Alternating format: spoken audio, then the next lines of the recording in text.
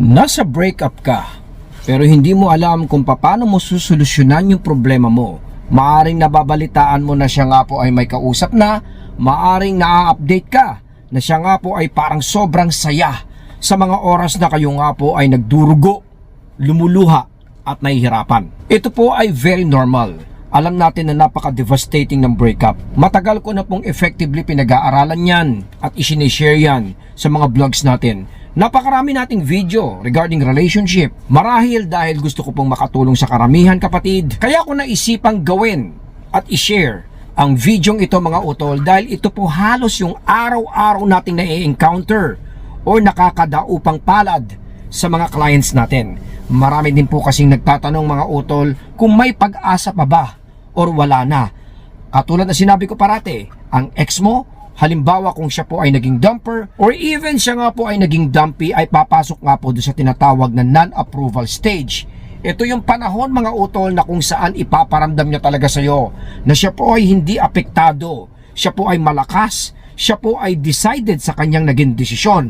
Papasukan pa po ng tinatawag na method acting kung saan iaarte po niya mga utol yung dapat mong napanalangin or hinahangad mo na pwedeng mangyari sa kanya, na siya po ay maging malungkot, siya po ay maging apektado. Of course, with the process of method acting mga kapatid, hindi po niya ipaparamdam yun. At ang ipaparamdam niya sa iyo ay yung opposite. Napakasakit itong makita, napakasakit itong maranasan, at napakasakit na maramdaman ito kapatid. Pero kung nasa ganitong situation ka, eksakto ang videong ito sa iyo ngayon mga utol, dahil today ay ipapaliwanag natin kung dapat ipursubo pa rin ang ex mo at dapat magtiyaga ka pa rin, dapat mag-sacrifice at mag-effort pa rin mga utol kung gusto mo siyang bumalik sa iyo.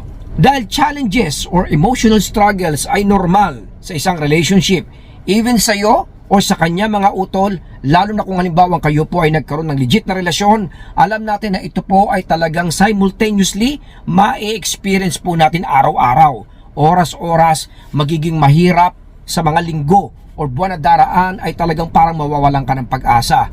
Pero kung magiging knowledgeable lang tayo mga utol, psychologically ay maiintindihan natin na ito po ay normal. Lalo na nga po kung halimbawang may attachment at may feelings pa rin ang ex mo sa'yo. Kasi nga po parati ko sinasabi na kung wala ng care yan mga utol, tatawanan ka na lang yan at wala na yung pakialam. Pero kung halimbawang ito po ay na-experience natin na siya nga po for example ay nangaaway, siya nga po ay bumabato na mga negatibo sa iyo na hanggang ngayon mga utol ay talagang pinahihirapan at parang pinaparusahan ka ng ex mo, ito ay tinatawag na alam po nating stage 3 or stage 4 during the breakup. Kasi parati ko nga sinasabi na kung kayo po ay nasa breakup situation, wag nating abangan ang ex natin na dumating kagad doon sa realization. Kasi ito po ay hindi mangyayari mga utol hanggat hindi po niya na-experience yung mga stage 1 or even stage 2 or even yung pinakamalupit nga pong stage 3 or stage 4 mga utol, kung saan marami po talaga ang sumusuko sa panahon na to. Stage 1, pag-usapan natin para maging malinaw utol. Alam natin na ito po yung stage of relief, kung saan ma-experience ng ex mo yung parang, uy, wala na yung makulit, wala na yung na-measure sa akin, kung saan talagang yayakapin niya mga utol at talagang dadamahin niya yung freedom na kanya pong na-experience. Masakit ito dahil ito yung mga panahon na makikita mo siyang nagboborakay, nagtatagaytay, nagbabagyo, nag-out of town, nagbabakasyon, nagsha-shopping, nagsasaya. Napakasakit tignan nito mga utol. Kung halimbawang kayo nga po ay kasalukuyang nagdurugo ang puso, nahihirapan, tapos makikita mo pa na ganun, sobrang sakit sa mata. Pero tandaan po natin, kung knowledgeable tayo mga utol, parte lang po ito na tinatawag nga na breakup stages mga utol, na psychologically hindi po pwedeng makarating sa realization ng ex mo hanggat hindi po niya na-experience ang relief stage. Marami pa siyang dadaanan, pero I would say siguro on the 3rd or 4th mga utol, ito yung pinakamalupit kung saan hahagupit sa atin yung desperation. Kasi po mga utol, ito po yung tinatawag na parang power struggle, kung saan magkakaroon ng comparison, kung saan iisipin ng ex mo na awayin ka na lang ng awayin, o saktan ka na lang ng saktan, o sirain na nga lang po niya na sirain yung relationship in order for them to justify the breakup. Kasi nga po kung smooth sailing at nakikita nga po niya na kayo nga po ay okay na, nababahala siya dun mga utol. Siya po ay nasasaktan o siya po ay naapektuhan. Kaya sa isang dumper katulad po ng ex natin, mas mamarapatin po niyang makita na kayo nga po ay nag-aaway, nagkakaroon ng sigalot at negative, in order for them nga po na makonclude or ma-justify that breaking up with you is much better. Kaya para po sa akin mga utol, ito po ay dapat nating lagpasan. Kung gusto mong bumalik ang ex mo mga utol, ito po ay dapat po nating i-manage in a positive way. Kasi kung halimbawa kayo nga po ay maaapektuhan or lalabas yung natural mo katulad ng papatol sa kanya or tuluyan nga rin po makikipagwasakan sa iyong ex mga kapatid, natural na ma-justify niya na iwanan ka na lang. Kaya nga madalas pagka halimbawa kayo po ay nasa breakup, mga unang stage okay pa yan eh. Pero pagkatapos ng mga ilang weeks o ilang months, wasak na. Ayaw ka na niyang kausapin. Papaano? Nakaipon o nakagather na nga po siya ng justification. Kasi nga po dahil nga po sa mga maling approach o rebuttal po natin.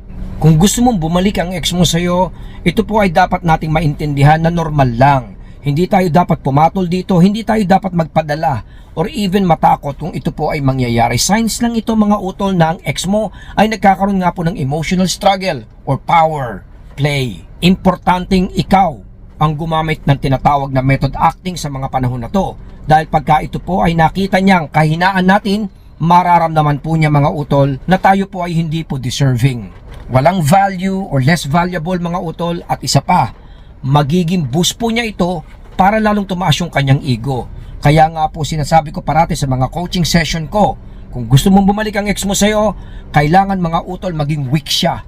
Huwag natin siyang palakasin, huwag natin siyang bigyan ng mga emotional strength or stability mga utol dahil mahihirapan po tayong gawin yung kanyang pagbalik or iparamdam sa kanya yung realization kung halimbawang binubusog po natin siya sa pagmamahal, care, validation nga po ng nararamdaman natin.